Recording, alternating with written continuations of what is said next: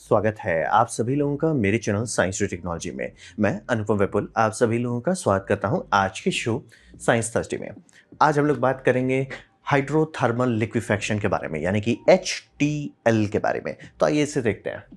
तो सबसे पहले समझिए प्रॉब्लम क्या है। प्रॉब्लम है कि हमारी दुनिया में बहुत ऑर्गेनिक वेस्ट होता है, चाहे वो इंसान का लीजिए चाहे वो जानवर का लीजिए, बहुत ऑर्गेनिक वेस्ट होता है। चाहे फूड वेस्ट ही ले लीजिए तो बहुत होता है, और ये रेगुलरली जनरेट होता है। यानी कि ऐसा नहीं कि अच्छा आज आपने इसको पचा दिया अब धीरे धीरे होगा, नहीं नहीं सर, अगले दिन हो गया फिर से आ जाएगा। 100 टन आपने पचा दिया, कोई टेंशन नहीं सर, 5 मिनट में आ जाएगा।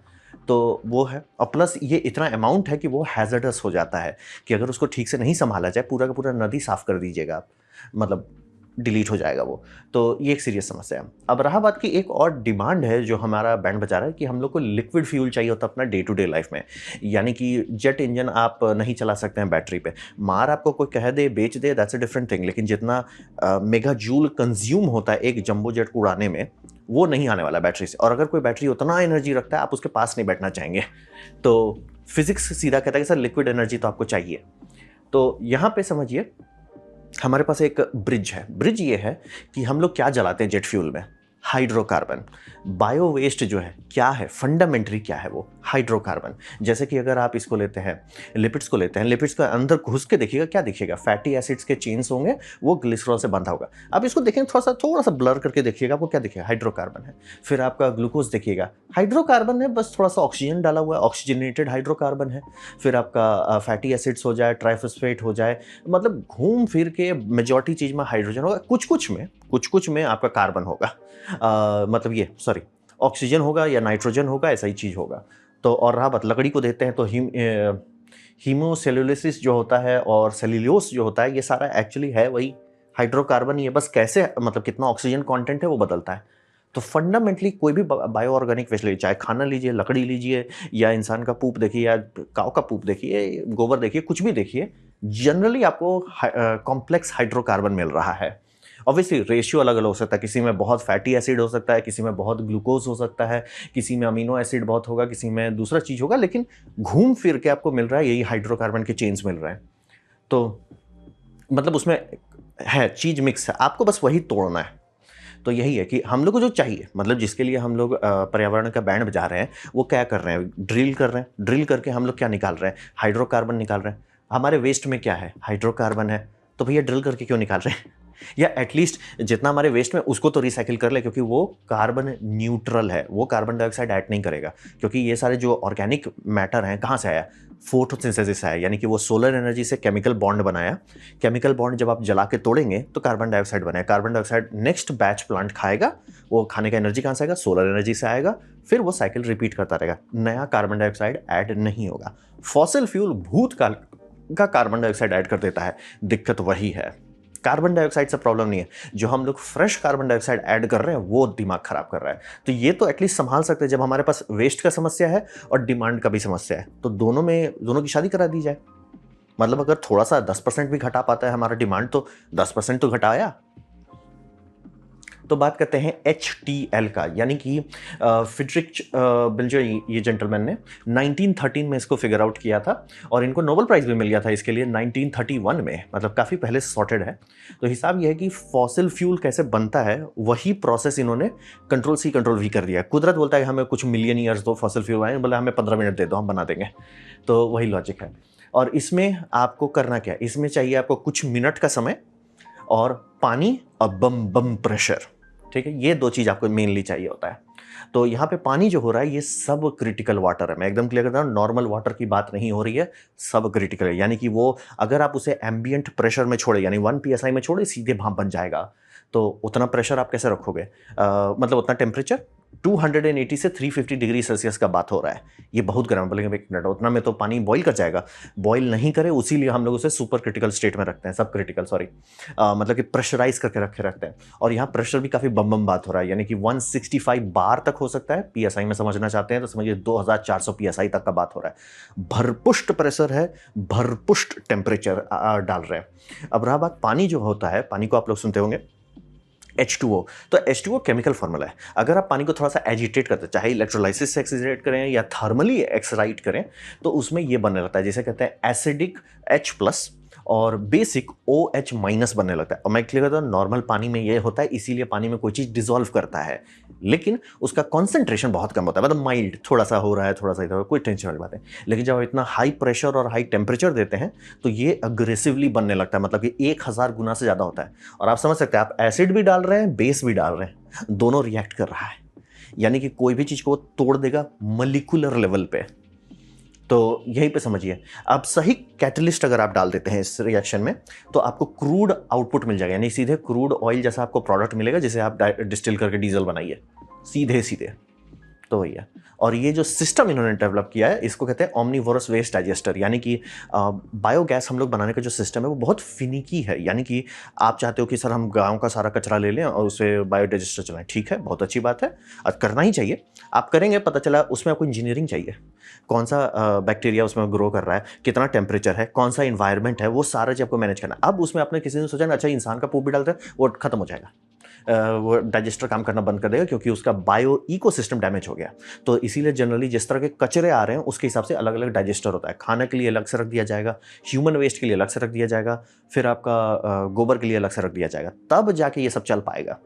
और उसमें से कंटेमिनेशन हो गया, जैसे मान लीजिए नमक किसी कारण से आ गया, मान लीजिए कोई बुरा फर्टिलाइजर गिर गया था गोबर में, वो चला गया, गया, खत्म हो जाएगा आपका। बहुत सेंसिटिव होता है, इसीलिए बड़े बड़े प्लांट काम करते हैं, छोटा छोटा लोगों का नहीं अच्छा यील्ड देता है, मेंटेनेंस करना पड़ता है, फाइन ट्यून करना, मतलब एक बायोलॉजिकल कल्चर आप मैनेज कर रहे हैं। ये इसको कोई फर्क नहीं पड़ता है सर, ऑर्गेनिक है, यानी कि ऑर्गेनिक ये नहीं कि प्लास्टिक नहीं, ऑर्गेनिक मतलब हाइड्रोकार्बन है, हम निकाल देंगे और इसको कुछ नहीं चाहिए। इसे वही कहते हैं ओमनीवोरस प्रोसेस है, कोई भी कार्बन ये खोज खा के निकाल दे। आप लकड़ी दीजिए पचा जाएगा, आप गोबर दीजिए पचा जाएगा, इंसान का दीजिए पचा जाएगा। और ये समझिए, इसका सबसे बड़ा बात है, ये वेट वेस्ट को डायरेक्ट हैंडल कर सकता है, यानी कि प्लास्टिक को हम लोग पैरालिसिस क्यों नहीं करते, सूखा प्लास्टिक चाहिए और किसी चीज़ में मिक्स भी नहीं होना चाहिए, ये सीधे गटक जाता है। और बोल रहे हैं वेट प्लास्टिक को अगर आपको मिल जाए, पैरालिसिस सबसे बेस्ट होता है प्लास्टिक के लिए, दी बेस्ट, मतलब कम से कम एनर्जी में ज़्यादा से ज़्यादा आउटपुट, बल्ले बल्ले। तो हर कोई ये नहीं करता, पहले तो हम लोग बेवकूफ़ हैं। दूसरा उसमें एक दिक्कत है कि आपको प्लास्टिक सेपरेटेड होना चाहिए, मिक्स करके आया या वेट आया तो दिमाग खराब हो जाएगा। जैसे कि समुद्र में हम लोग प्लास्टिक कलेक्ट कर लिए, ठीक है, उसको क्यों नहीं पैरालिसिस कर, उसको सुखाने में इतना एनर्जी लगे जितना उसके ऑयल से एनर्जी नहीं निकलेगा, तो इजीली नहीं करता। और ये प्रोसेस बोलता है हमको क्या फ़र्क पड़ता है, पचा जाएंगे। अगर उसमें एल्गी लगा हुआ है, फंगस लगा हुआ है, मॉस लगा, अल्ट्रा बटर है, हम उसे भी पचा देंगे। तो ये ऐसा करता है। और जो काम आपका बायोडाइजेस्टर भी वही कर रहा है, हाइड्रोकार्बन ले रहा है, उसको मीथेन में ब्रेकआउट करके आपको दे दे रहा है, उसको 30 दिन तक लग सकता है डाइजेस्ट करने में।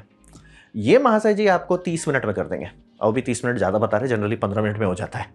तो यही है HTL, यानी कि आप पानी लेते हैं, पानी में दबाव डालते हैं, फिर तापमान बढ़ाते हैं, तो पानी में ये इन्वायरमेंट हो जाता है, अग्रेसिव एसिड भी बन जाता है और अग्रेसिव बेस भी बन जाता है। OH माइनस बहुत एग्रेसिव हो जाता है, H प्लस भी बहुत हो जाता है, और कॉन्सेंट्रेशन इतना बढ़ जाता है कुछ भी डिसॉल्व हो जाए। और वैसे ही वाटर यूनिवर्सल सॉल्वेंट है, तो यूनिवर्सल सॉल्वेंट को आप टर्बोचार्ज कर दे रहे हैं, और ये कोई भी चीज़ को पचा सकता है, ऑलमोस्ट 99% चीज़ को पचा सकता है। तो अब बात है तो फिजिकली कैसे इसे यूज़ करते हैं। तो फिजिकली आप समझिए, ये एंडोथर्मिक प्रोसेस है, यानी कि आपको गर्मी डालना पड़ेगा। तो गर्मी कहाँ से लाते हैं वो आप पे है। आपको चूंकि गर्मी इसका काफ़ी बड़ा कंपोनेंट होता है, पहला तो एक प्रेशराइज पंप चाहिए, वो काफ़ी एनर्जी खाता है, दूसरा गर्मी खाता है। तो गर्मी जो है, गर्मी रिसाइकिल करना आसान होता है। तो यानी कि आपका फीड टैंक जो है ये लिक्विड होना जरूरी है, मतलब लिक्विड ऐसा नहीं कि मतलब पानी हो, लिक्विड एज इन लिक्विडली आप उसे पंप कर सकें। ये लिक्विड लेते हैं, हाई प्रेशर बिल्ड करते हैं, और इसीलिए पंप में जा रहा है तो सूखा नहीं डालना चाहेंगे आप, मिक्स करेंगे पानी में, फिर वो जाएगा थोड़ा सा हीट एक्सचेंजर से, और फिर आप इसको गर्म करेंगे। कितना गर्म करें डिपेंड करता है, आगे का हम लोग टेम्परेचर बात करें, जनरली 300 के नीचे। फिर ये जाएगा इंसुलेटेड प्लग फ्लो रिएक्टर में, ऐसे वो रिएक्टर्स होते हैं। अब ये रिएक्टर मतलब आप चाहो तो बड़ा टंकी बना सकते हैं, लेकिन दिक्कत है तो बहुत ज़्यादा महंगा हो जाता है। अगर आप सोचते हैं एक बड़ा टंकी बनाते हैं, क्योंकि बड़ा टंकी में आपको टेम्परेचर भी हाई रखना है, तो इंसुलेशन चाहिए, प्लस इन्वायरमेंट बहुत करोसिव है, तो सस्ता स्टील नहीं चलेगा, वो गल जाएगा तुरंत। तो बहुत तगड़ा स्टील चाहिए, फिर प्रेशर भी चाहिए। प्रेशर जैसे डाले उसका दाम बढ़ जाएगा, मतलब जहाँ पे 1 इंच मोटा स्टील से बल्ले बल्ले काम हो रहा है वो भी ज़्यादा ही है, वहाँ पे आपको सीधे 3 इंच स्टील चाहिए होगा। ऐसा नहीं कि नहीं मिलता है, आते बहुत सारे हाई प्रेशर वेसल आते हैं, लेकिन दाम दर्दनाक हो जाता है। ये सस्ते में निपटाता है, मोटा मोटा पाइप लेके सस्ते में निपटा देते हैं।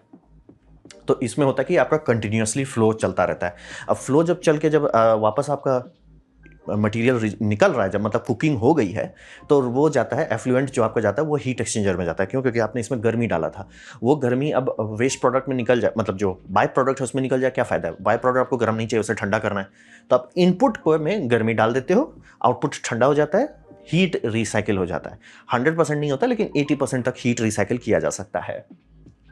तो उसको वही कहते हैं प्लग फ्लो रिएक्टर। यहीं पे कुक किया जाता है, मतलब आप एकदम हाई प्रेशर में, हाई टेम्परेचर में डाल रहे हो और ये कुक कर रहा है। और कैसे कुक कर रहा है वो आपको बता चुके हैं। OH एक्टिवेट हो जाता है, H एक्टिवेट हो जाता है, और एक एसिडिक है एक बेस है, चिथड़ी उड़ा देता है किसी भी चीज़ का। और इंसुलेटेड करना नहीं तो, और ये गर्मी खाता रहता है। बाय द वे, जितनी बार मॉलिक्यूलर चेन्स टूटेंगे उतनी बार वो एनर्जी खाएगा। तो आप जैसे मान लिया, आप सोचिए इसमें 1 किलोवाट आपने एनर्जी डाल दिया, अब मेंटेन रहेगा नहीं। इंसुलेट कितना अच्छा भी कर दीजिए, वो खाता रहेगा, वो मतलब जितना रिएक्शंस हो रहा है टेम्परेचर घटने लगेगा। तो इसको मेंटेन करते रहना पड़ता है, और बहुत एनर्जी ना लगे, इसीलिए जो इसका आउटपुट है, बाय प्रोडक्ट है, उसमें जो गर्मी है उसको रिसाइकिल कर देते हैं ताकि ये मैनेज कर सकें, और 30 मिनट पे हो जाता है।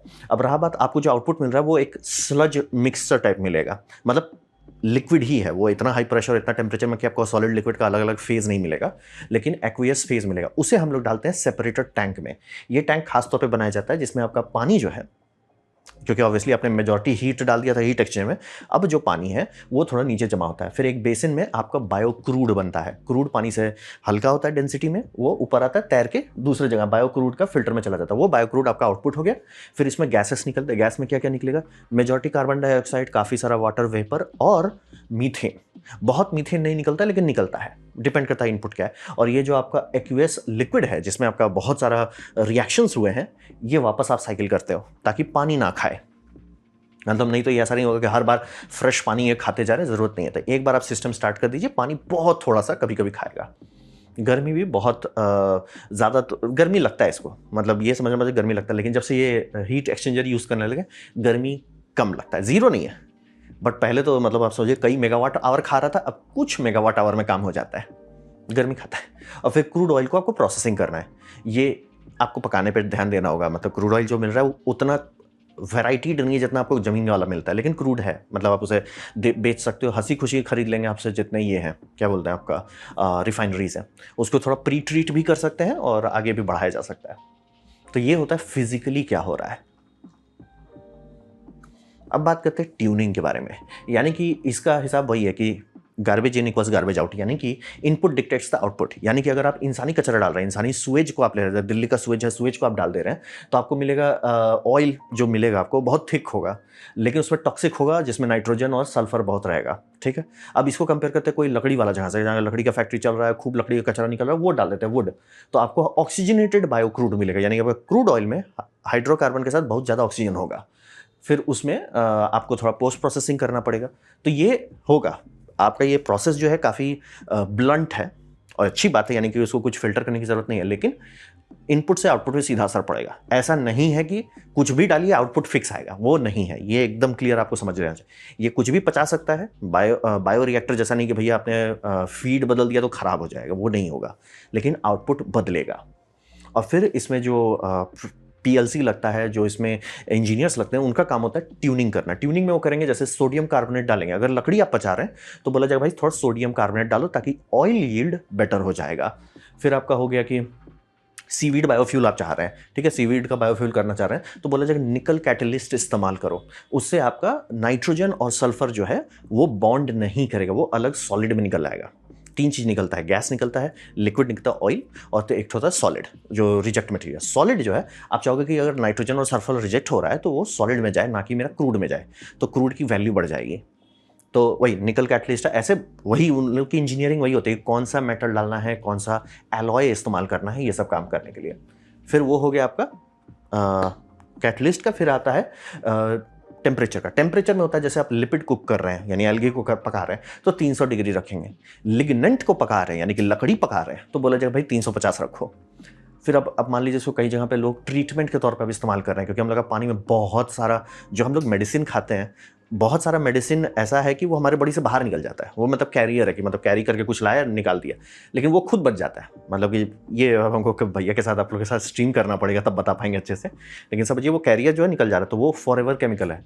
मतलब हमारी बॉडी डाइजेस्ट नहीं कर सकती, कोई भी माइक्रो बायो रिएक्टर उसको डाइजेस्ट नहीं कर सकता, अगर वैसा केमिकल्स आपको मिल रहा है, फेंटेनॉल मिल रहा है, तो वो सबको पकाने के लिए बोला जाएगा कि, और माइक्रोप्लास्टिक मिल रहा है तो सर 325 से नीचे मत आओ।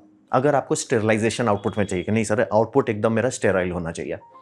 और हाँ बाय द वे, ये माइक्रोप्लास्टिक अगर इसमें गया तो उसको तोड़ देता है। ये नहीं कि माइक्रोप्लास्टिक इधर से गया उधर से निकल गया। जो अभी अगर आप गाय के अंदर माइक्रोप्लास्टिक है, वो उसके पूप में निकला, वो पूप ने अपने बायोडाइजेस्टर में डाल दिया, मीथेन में तो नहीं जाएगा, लेकिन जो ये निकला फर्टिलाइजर अगर आप जमीन में डालते हैं उसमें माइक्रोप्लास्टिक रहेगा। ये माइक्रोप्लास्टिक को नष्ट कर देता है, ये इसका सबसे बड़ा बात है। बहुत सारा जो फॉरएवर केमिकल है, जैसे फिल्टर करना मुश्किल होता है, कुछ भी नहीं कर सकते जिसका प्रैक्टिकली स्पीकिंग मतलब बेस्ट मैंने बस ये सुना कि आरओ से हटा दो, लेकिन आरओ बहुत एनर्जी खाता है और प्लस पानी को वो ये कर देता है, मतलब फिर से रीमिनरलाइज करो क्योंकि सब चीज़ हटा दिया आपने। तो ये उसको पचा देता है, मतलब तोड़ देता है, नष्ट कर देता है। और इससे जो आपको सॉलिड वेस्ट निकलता है उसमें कंटैमिनेंट टॉक्सिसिटी निल होता है, मतलब कि बहुत नीचे ले आता है। इंडिया में बनाया जा रहा है बहुत सारा है। तो रहा बात कि भविष्य में क्या हो सकता है, तो ये समझिए कि ये इसका जो सबसे बड़ा बात है, जिस केमिकल का एक कैटेगरी है जिसे हम लोग कहते हैं TROCS, और दूसरे भी कैटेगरी है PFAS।